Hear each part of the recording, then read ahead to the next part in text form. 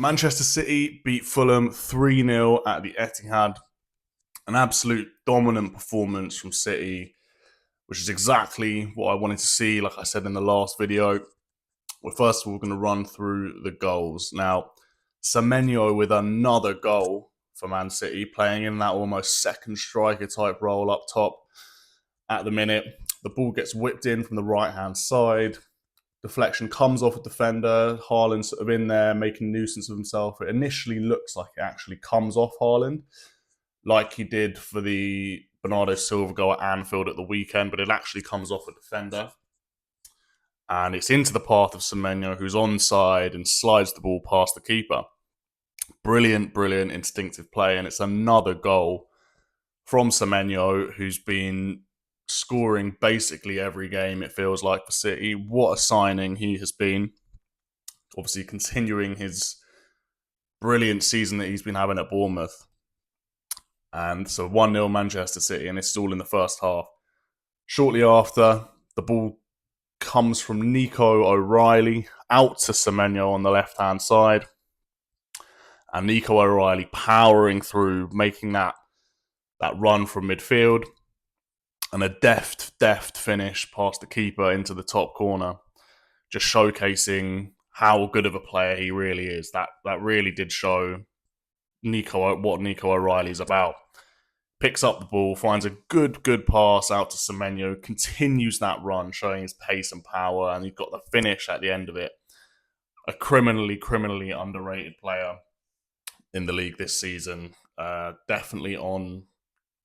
Definitely up for contention for England, especially now he can play in the midfield as well as left back. Goal 3, this is all in the first half still. I think Foden picks up the ball and sort of finds Haaland in a bit of space, and definitely been critical of Haaland as of late. But one thing that you can't knock against him is his just unbelievable instinct as a striker. I really liked that goal because he picked the ball up, couple touches out of his feet and took it early. I think he was actually outside the box when he took the shot. But, taking that shot early just catches the keeper slightly off guard, and you could tell that, was it Leno in the other goal? Wasn't quite ready, couldn't get down quick enough, and Haaland's just sort of rolled it along into that bottom right-hand corner. And 3-0, you're thinking the game's over. And it was. But in all honesty, we went a good few goals ahead at Craven Cottage earlier this season. And there was a bit of a scare in the end. I think we must have been like 5-1 or 5-0 up. And somehow they brought it back to 5-4. And so I always had that in the back of my mind. But really, you could tell the game was over. Just a look on Marco Silva's face, he knew it was over. He was thinking, we can't let this be 5-6-0. But one thing we do have to talk about is the defence. That's another clean sheet for Man City. And that's largely down to the Mark Gahey, Ruben Dias partnership, which has been absolutely solid. Like I said in the last video, you've got 2 world-class centre-backs there. It'd be silly to think that they couldn't strike up a great partnership. And they evidently have. Gahey on the ball is just brilliant. Obviously, we've seen him at Palace and for England. But taking that step up to Man City, you really now see the level of player that he actually is. And it's an absolute pleasure to have him at Man City. I thought Nuri was good. Only just come into the team recently. He's still getting used to playing in this system.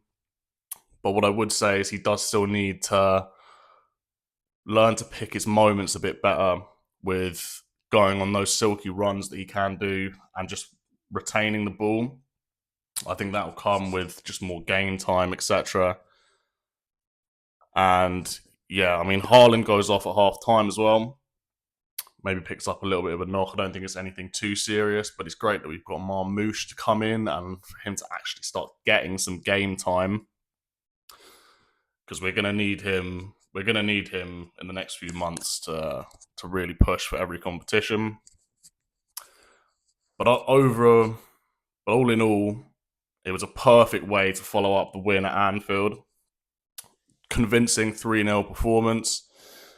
In previous games we've come up against teams like your Sunderlands and your Brightons and Chelseas and Tottenhams and dropped points when we were definitely expected to win. This time it's been absolutely convincing, and there's been no chance of us losing this game. It was over in the first half. Obviously, this puts the pressure on Arsenal now, who play tonight. The gap is currently 3 points.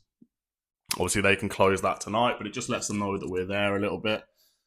And then we move on to Salford at home on the weekend.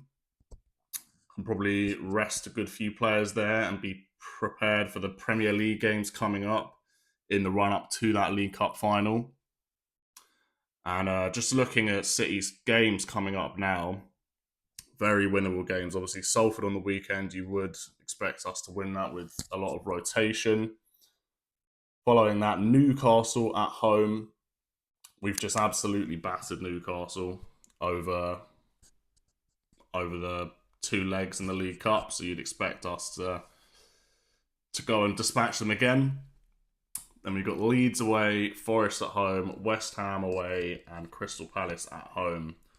We are looking to almost get maximum points from that in the lead up to the Arsenal game at Wembley. And if we can do that and Arsenal slip up, the title race is well and truly on. But that's going to be it for today. There will be another video coming up soon discussing Arsenal's game tonight. But thanks for watching. Like, comment, and subscribe.